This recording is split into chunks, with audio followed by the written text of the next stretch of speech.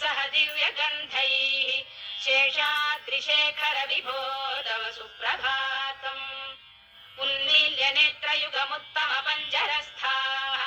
पात्रावशिष्टकदलीफलपायसानि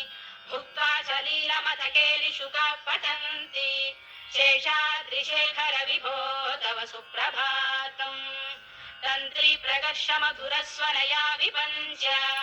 गायत्यनन्दचरितं तव नारदोऽपि भाषा समग्रमसहृत्करचाररम्यम् शेषाद्रिशेखर विभो तव सुप्रभातम् रङ्गावळी च मकरन्दरसानुविद्धजङ्गारगीतनिनदैः सह सेवनाय गिर्यात्युपान्तसरसी कमलोदरेभ्यः शेषाद्रिशेखर विभो तव सुप्रभातम् योषा गणेन वरदद्धिविमध्यमाने घोषालयेषु दधिमन्थन तीव्रघोषाः रोषात्कलिं विदधते ककुभश्च कुम्भाः शेषाद्रिशेखर विभो तव सुप्रभातम् पद्मेशमित्रशतपत्रगतालिवर्गाः हर्तुं श्रियं कुवलयस्य निजाङ्गलक्ष्म्या भेरीनिनादमिव बिभ्रति तीव्रनादम् शेषाद्रिशेखर विभो तव सुप्रभातम् श्रीमन्नभीष्टवरदाखिललोकबन्धो श्री श्रीनिवास जगदेकदयैकसिन्धो श्रीदेवतागृहभुजान्तर दिव्यमूर्ते श्रीवेङ्कटाचलपते तव सुप्रभातम् श्रीमन्नभीष्टवरदाखिललोकबन्धो श्री श्रीनिवास जगदेकदयैकसिन्धो श्रीदेवतागृहभुजान्तर दिव्यमूर्ते श्रीवेङ्कटाचलपते तव सुप्रभातम् श्रीस्वामि पुष्करिणिकाप्लवनिर्मलाङ्गाः श्रेयोर्थिनो हरविरिञ्च सनन्दनाद्याः द्वारे वसन्ति वरवेत्रहतोत्तमाङ्गाः श्रीवेङ्कटाचलपते तव सुप्रभातम्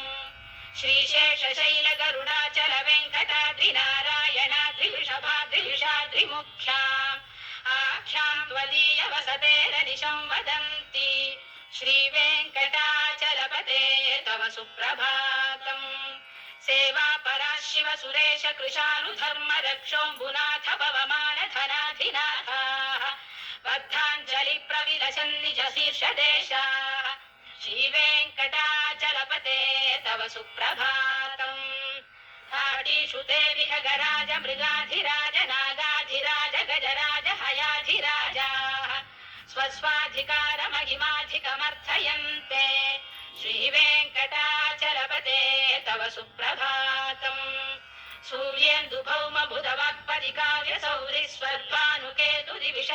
सूर्येन्दुभौमबुधवाक्पदिकाव्यसौरिस्वर्भानुकेतुदिविषत्परिषत्प्रधानाः त्वद्दासदासचरमावधिदासदासाः श्रीवेङ्कटाचलपते तव सुप्रभातम् त्वत्पादधूलिभरितस्फुरितोत्तमाङ्गाः स्वर्गापवर्गजनपेक्ष निजान्तरङ्गाः कल्पागमाकलनयाकुलतां लभन्ते